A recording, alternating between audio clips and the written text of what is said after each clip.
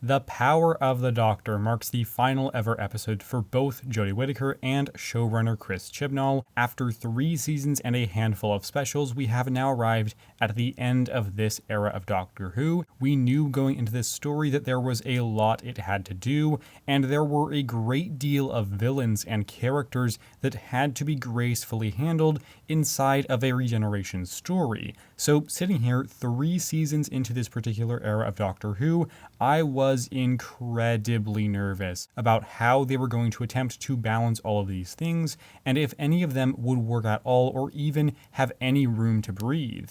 I always want this show to be good, and there's nothing I'd rather have than a great regeneration story for 13. I just couldn't help but be nervous. So, did Chris Chibnall deliver? Yeah, he did. No, it's not a perfect episode, but at the end of the day, it is a really fun, adventurous, and wild story that kept me pretty much fully engaged for almost 90 minutes. And looking back at this era as a whole and what it's given us, I really am thankful for the stories that have landed, even with all of their flaws. And yes, some of the issues I was worried about were very much present throughout The Power of the Doctor, but that is more than made up for by everything that works. This is your spoiler warning for this episode. If you have not seen The Power of the Doctor, I'd recommend checking it out before literally doing anything else on the internet. One of the first things we get from this episode before even getting to the main villain and the Master is the exit of Dan. We get a whole extended opening sequence which is fairly entertaining, but ultimately leads to him deciding that traveling with the Doctor is too dangerous and he's out. On paper, I do respect this as an ending for a companion, but starting the episode with that note, I'm not so sure about that. It's one of the things about this episode that does feel a little off. It's one of a million things packed within here, and it doesn't feel like it gets quite the space that it should. It's basically this little mini adventure that leads to him leaving, when honestly that moment would probably have hit a lot harder after a proper episode that felt more dangerous and more believable. It's not an awful exit. Again, on paper I like it, it's just not treated with quite the care that I personally feel it should be.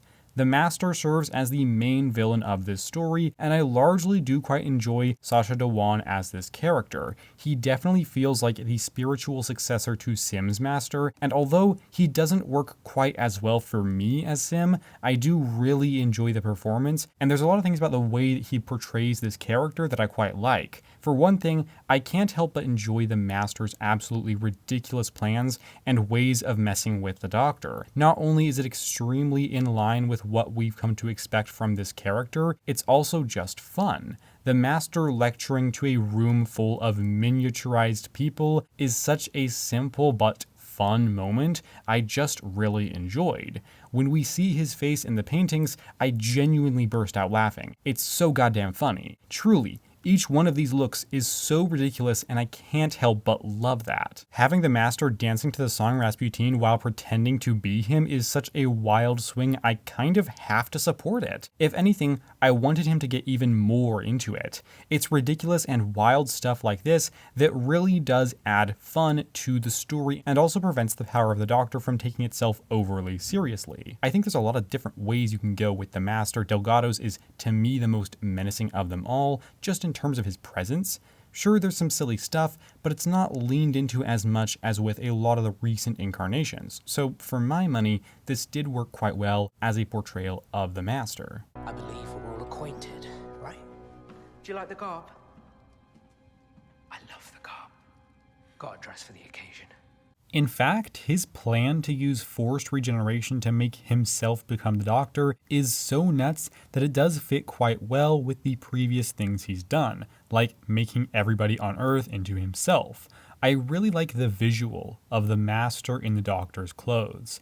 It's like a bastardization of the Doctor, a mockery of who they are, and his ultimate plan being to tarnish the Doctor's reputation is just so funny. It's the kind of wild and ridiculous swing of a plan that just feels perfectly in character.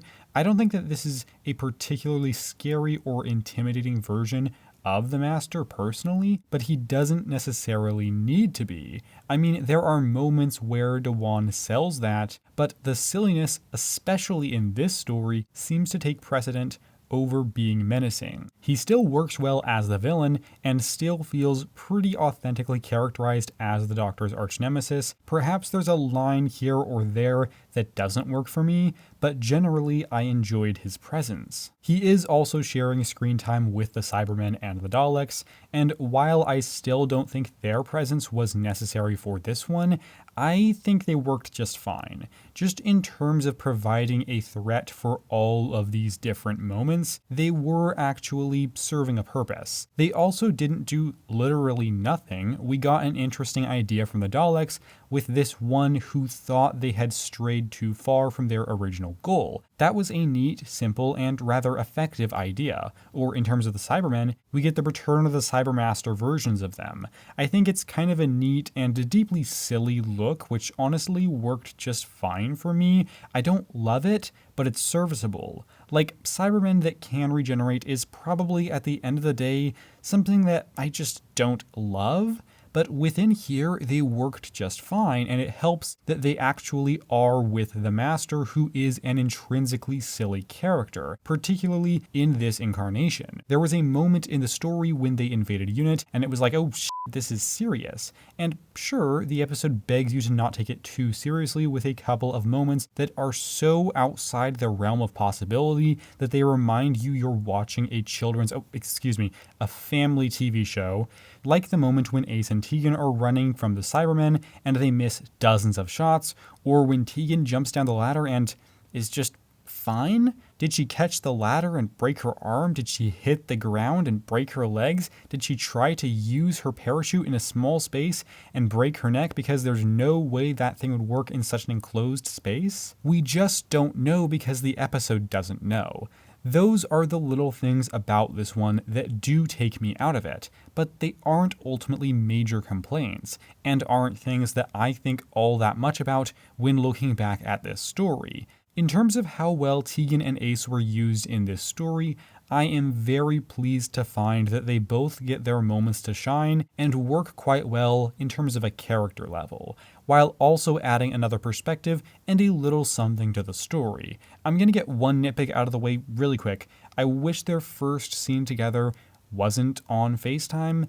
I wish it was in person or even just a normal phone call. I know it's a small thing, but there's something deeply uncinematic and sterile about filming a FaceTime call, especially the way it's done here, where they're literally using their phone screens. But anyway, I digress. Starting with Tegan, I do quite enjoy Janet Fielding in this part. She is a no-nonsense companion, and I love how awkward it is when she finally sees the Doctor again. If you've seen her exit in Classic Who, she doesn't have the most pleasant goodbye with Peter Davison's Doctor, and it makes a lot of sense that she would hold all of these complex feelings, be they resentment or regret or anger. I really like the scene when she sees 13 because it acknowledges where things left off and realistically portrays what would likely happen if these two saw each other again. So on top of being well portrayed and having these really good moments, I also just think Janet Fielding adds a lot to Doctor Who. Her lines, her personality, it all just works well throughout this episode. I was very pleased to see her back in the show and enjoyed her presence a lot. When it comes to Ace, I must say that I do not have the attachment to this character that a lot of people have, simply because I haven't seen all that much of her era. I've seen her last two stories, but that was probably about a decade ago, so my memory of them is not the best. But I did recently watch Dragonfire for the first time, just so that I could have a bit of a taste for this character. And other than the silly catchphrases, I actually really liked her within the story. She was probably the best part about it. So while I don't have the connection to her that some other viewers do, I did still enjoy her within this one quite a bit. Sophie Aldred portrays the character well, and she is much older than she was in Dragonfire, and she plays the difference in the character really nicely. And both of these characters, despite not being around together in the classic series, work very well alongside one another, and I am glad that they were both included within this story. Alright, there's a lot more to talk about in this one, but I have got to get this one thing out of the way first because, Oh my god. When David Bradley showed up, I was really taken aback. I was completely surprised and I thought, oh, that's sweet. But before I even had time to think properly about what that meant, Colin Baker, Peter Davison, Paul McGann, and Sylvester McCoy all followed. I have to say, I was absolutely stunned. It was never on my radar that we would see any of these people other than Sylvester maybe, but that seemed very unlikely. So seeing 4 of the original classic Who Doctors show up and having David Bradley back was just a delight. I couldn't even believe it. I mean, it was so hard to actually take that in as a whole scene because it was just an overwhelming and delightful thing to experience. Let's just run through these in order really quick because that's the only way I can make sense of it. It was very nice to see David Bradley. He had a bit of a twinkle in his eye like Hartnell sometimes gave, which I really enjoyed. That's hard to describe, but just his general presence was rather friendly and kind. Peter Davison has returned once before for the short, like 15 years ago, but to see him back as well was absolutely lovely. Of the 80s Doctors, he is definitely the one I am the most familiar with, and it was great to see him still around and still being the Doctor. Colin Baker I have only seen so much of, like honestly maybe less than McCoy even, but to see him playing the Doctor opposite Jodie Whittaker made for a really lovely moment, and considering the fact that he's never had the opportunity to return in the modern show, it was really great to see him get that chance. I feel the same way about Sylvester McCoy. I am so thankful that he's been given the chance to play the part at his current age and to be included in such a big and special episode. And even just through his little moments, we do get a proper sense of his Doctor, and I thought he was really good in this. But oh my god, seeing Paul McGann back for his 3rd ever on-screen appearance as the Doctor was nothing short of delightful. I think this actor is so good and so charming as the Doctor, and the fact that he has had such a limited opportunity to portray that character on screen is a tragedy. I think if he had more of a chance to play the part in the show, he'd be one of my absolute favorites, and I still adore him even with his small role, and I am just so thankful to Chibnall for giving him the chance to be on screen again. And hey, am I stating the obvious a little bit? Of course. Was this a really easy way to make a scene that Doctor Who fans would love? Maybe, but it also could have gone terribly wrong. Yet, it didn't. They let the Doctors actually have fun together with banter. I love how 8 doesn't wear the robes. It's such a good moment. Sorry, why are you not wearing? I don't do robes. There's always one. Has to be different. I am a manifestation of our consciousness. I can wear what I like. And this entire thing just made me so happy. And that's the best part about this episode. It made me happy. It made me excited, and it made me feel a lot better than I felt going into it. Don't get me wrong, I was looking forward to it, but by the time it was over, I just felt happy with the show. It gave me a good time for almost an hour and a half, and that's something I really appreciate. And on top of this scene, which was already so great and so delightful, man, that scene between Tegan and Five, I loved it. I loved it so much. It was so great and so lovely and just so right. They really pulled that off in a way that just completely worked. Even just having fun little moments in the dialogue between these two was so great. It's reacting to your emotional memory. I should have accounted for that. You sort of look like you used to, but not quite. I could say the same to you. Surprised you remember. And the acknowledgement of the awkward place they'd left things and where everything is now is just so well pulled off. It was such a great use of Peter Davison because as much as Jodie Whittaker would have been good in this scene, he really does have that history with Janet Fielding as an actor, and you can absolutely feel that on screen. Now, Braveheart. What? I missed you.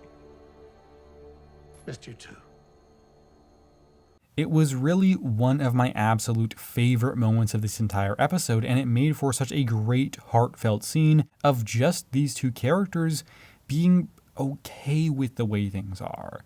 I loved it. Thank you, Chibnall. No notes. When it comes to the Ace and Seven scene, that was also really good. Again, how much you connect to it probably depends on your own history with these two characters. It certainly worked for me and I liked the moment a lot, but I didn't connect to it quite as much because I haven't seen as much with these two characters.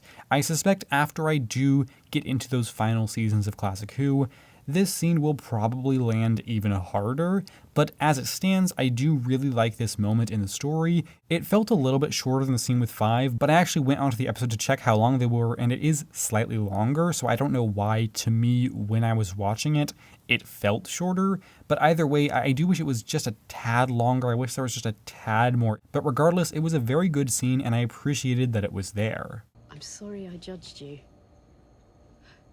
I didn't understand the burden you carried. All children leave home sooner or later. The joy is to watch them fly. Look, I think it is very easy to view what this episode is doing and criticize it for being overly fan servicey. If that's how you feel, I understand.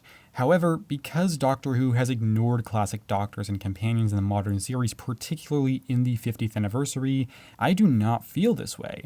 I am honestly very happy that some light is being shined upon the Doctors and companions who originally made this show what it was. And it really feels like such a special and loving recognition of the classic series of the show.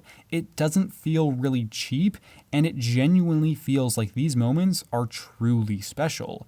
On top of that, I'm just so thankful that they were actually included and that we did get a chance to see them. Chibnall really gave that opportunity to these Doctors, and that is something I am always going to appreciate. And because of the way these classic Doctors are incorporated, it does feel, in a way, like Chibnall's love letter to 80s Doctor Who.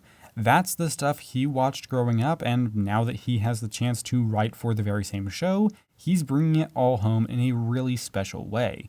It's easily something that could have gone astray and could have not landed, but oh my god, did they manage to pull off this big spectacle adventure by including so many heartfelt and memorable moments. That's the thing. The spectacle and the scale is not that significant to me, but having these emotional beats ties the whole thing together and makes the journey feel worth it. There may be some cheesy stuff in here, or some dialogue that doesn't work, or some choices I'm not a fan of, but at a core level, this story connected with me emotionally and kept me along for the ride, which is honestly exactly what it needed to do. Another of the many things that were crammed into this episode was the exit of Yaz. I'm still trying to piece together exactly how well this one worked for me, but I will say I do have one issue with it. I think it does feel off that the Doctor just kind of tells Yaz that she should go. It felt inevitable that Yaz wasn't going to stick around for the regeneration, but for her to basically kick Yaz out of the TARDIS, that honestly just doesn't feel right. If Yaz thought that she wouldn't be able to stick around with a different face because this was her Doctor, that's something I might be able to buy. Perhaps if she decided she didn't want to get left behind by the Doctor and she decided to leave before that happened, I don't know, maybe that could have worked. But something about the Doctor making her leave in this way just didn't sit the best with me. It's not awful, but it doesn't quite land. However, I will say that them having this quiet moment together where they sit on top of the TARDIS and have ice cream was a nice, simple scene that I found to be pretty effective. And I absolutely have to talk about where she goes next, because that support group with all of these ex-companions of the Doctor was such a simple scene, but was so lovely. I mean, before this episode, I believe Sarah Jane was the only companion we had seen return in modern Doctor Who. So to see so many of them still around on Earth was just incredibly heartwarming. Jo Grant is a fantastic companion, and I was nothing short of delighted to see her on screen in the show for the first time in absolutely ages. I'm not even a big fan of Mel, but seeing her character return for this moment was actually quite nice. But my favorite moment was seeing William Russell back as Ian. I mean, words cannot truly express how happy I was to see him on Doctor Who for the first time in 57 or so years. The man turns 98 next month, and it is so great that he is having such a long life and has this opportunity to be included in a show that he was a main character on for its first 2 seasons. I mean, I can barely even comprehend the fact that Ian, who was in the very first ever episode of Doctor Who, has returned to our screens as this direct link to the very origins of the show. I just love that so much, and I was so happy to see him back. That also means that all of the original 4 cast members did have a chance to come back to the show at one point or another, which is just great. Honestly, seeing him back really does make me want to revisit one of his stories, because even though I haven't finished my watch through of the classic show, it's been probably 4 years now since I've seen those episodes. And to bring that back to this episode and this era, I started reviewing Doctor Who because I was so excited about the upcoming Series 11 of the show. I watched those trailers over and over again, just so excited about the new series of Doctor Who that was about to be released.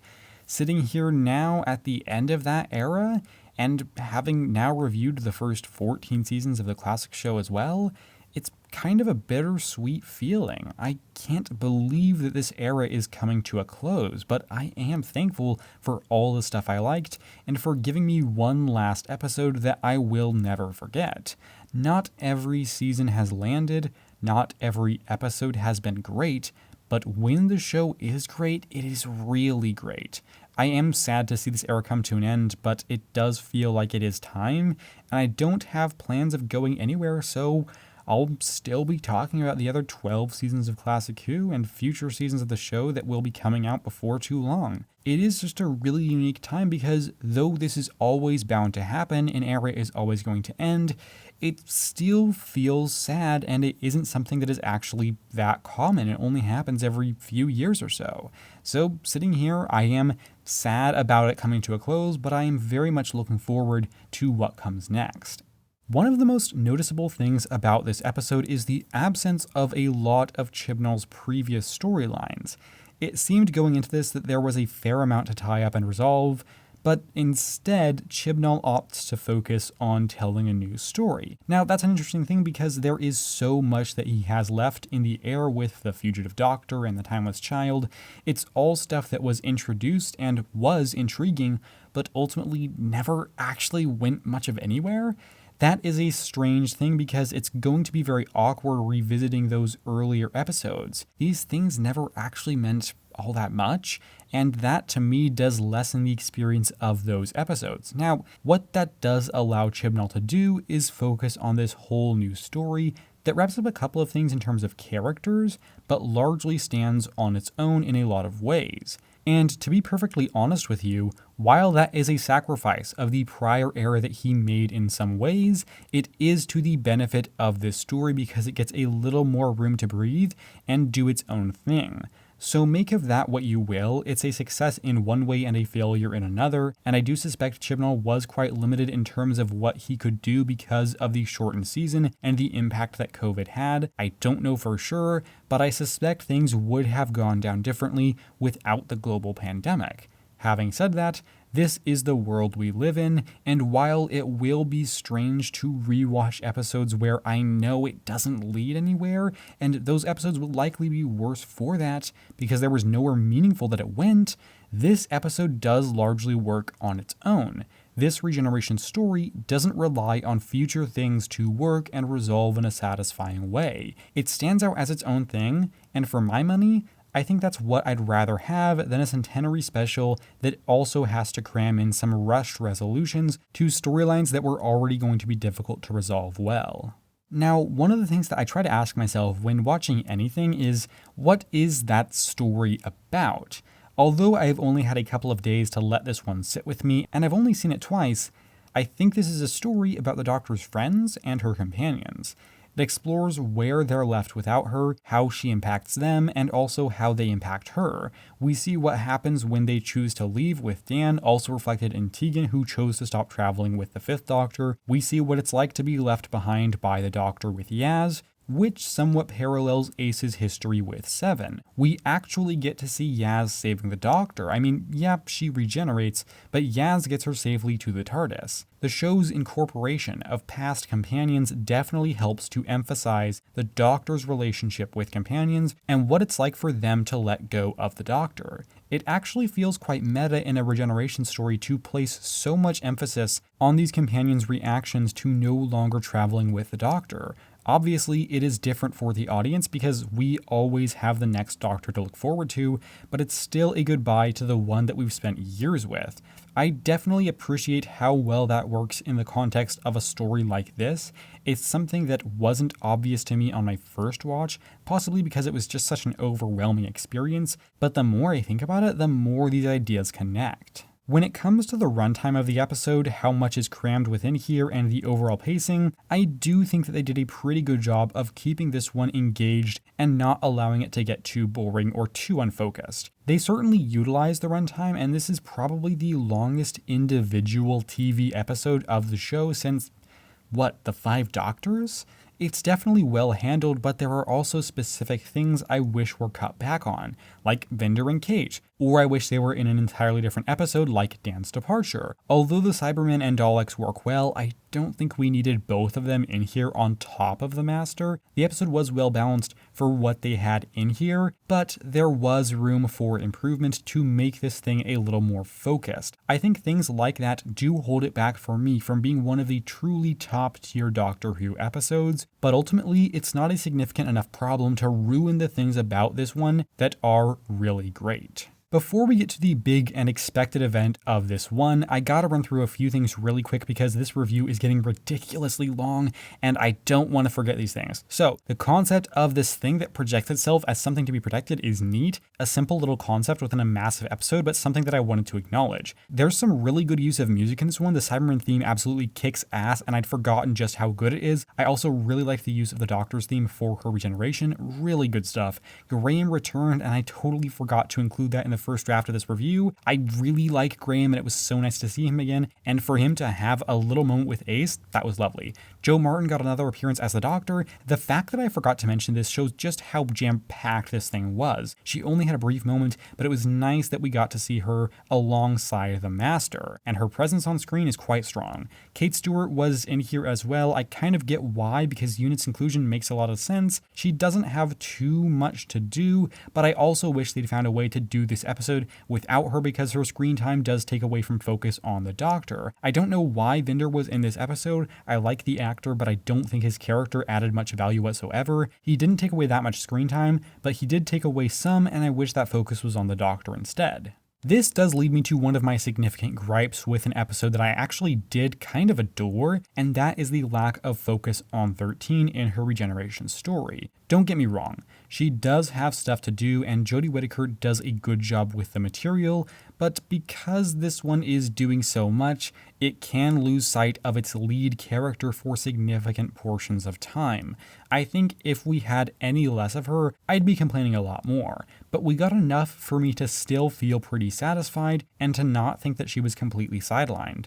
Yes, there could have been more, and there are specific things I wish this story had spent less time on to make even more time for her, but what we get is pretty strong, and I think Jodie Whittaker is really good in here. It's not a massive problem, but it is something noteworthy, particularly within this regeneration story, and it does hold this one back a little bit.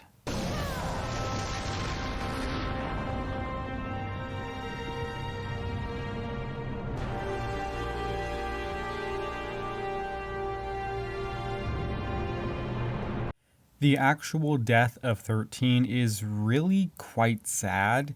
It hit me harder on my second watch, funnily enough. I think I was just so overwhelmed by everything on that first watch through that it didn't quite get to me as much.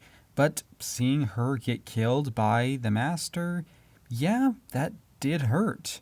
It was quite sad to watch those final moments of her character, and the visual imagery of Yaz carrying 13 was very nice and reminiscent of previous times the Doctor has carried a companion or vice versa. At first I felt disappointed that she didn't get a goodbye to the companions who helped her, but on reflection and rewatch it actually feels very fitting because she doesn't say goodbye to anybody. That's not how this Doctor rolls, at least here. She gets that lovely final look at her friends, and then she wakes up and they're gone. It's pretty sad, but also kind of nice. So ultimately, I did really like that beat. Now, one last thing this episode gave us was the regeneration scene, and I was a little overwhelmed by this point and had a hard time properly taking the whole experience in, so I did watch it back before I even rewatched the whole episode and tried to think a little bit more about what was actually going on in this scene. There's a few things I want to mention. First of all, I like that she's doing it outside of the TARDIS in the middle of nowhere. I think that's great, and there's really been no reason for some of the previous Doctors to do that, so I'm glad she was with her TARDIS, but outside of it. I like that she's alone, and it's this sort of reflective moment on the life that she's lived while also looking forward. I like that it's understated when compared to previous regenerations. There's no massive speech, just a few lines to close things out before her journey comes to an end. It was quite simple and a very nice way to leave things off. As a final note for 13, it was very good, and her final line was one of the best that any Doctor has ever had. Right then. Doctor whoever I'm about to be. Tag. You're it. It's so fitting for her Doctor and is such a beautiful sentiment about the Doctor and regeneration and the way the show works.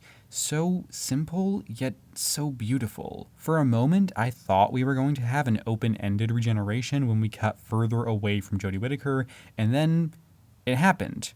She turned into David Tennant.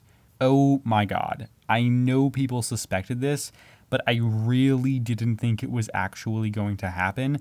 I knew it was possible, but I didn't think it really would. And honestly, as a batshit fucking nuts ending to an already pretty crazy episode, yeah, it works. Just one last oh my god before the credits rolled. I think David Tennant is just fantastic in this part, so naturally I had a grin on my face when he showed up. And there is more to say about him returning as the 14th Doctor, what that means, and the teaser that followed the episode, but just in terms of what we got here, it was so damn exciting and such a great little moment to be left with for what appears to be a 13-month gap. I can still hardly believe he's back as the Doctor, but man, I can't wait to see him.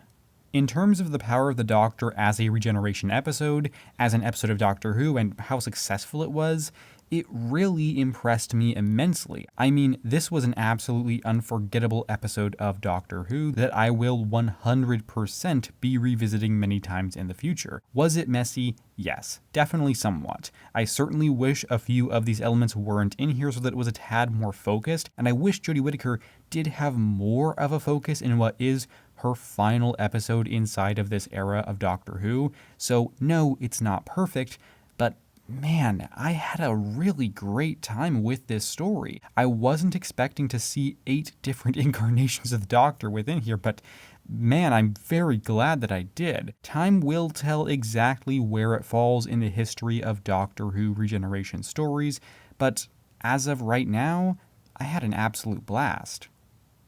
Overall, I loved it. This was a truly special episode of Doctor Who, absolutely filled with characters and moments to love and remember for years to come.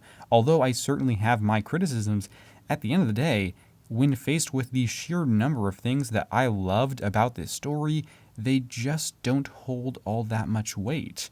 I had an absolute blast with this special, and I am so thankful that we got it. And I am also so thankful that Chibnall managed to end Jodie Whittaker's era of Doctor Who on such a high. I had a truly great time with this story, and I am going to give The Power of the Doctor a rating of 9 out of 10. Well, that's that, folks. We have now arrived once again at the end of an era of Doctor Who.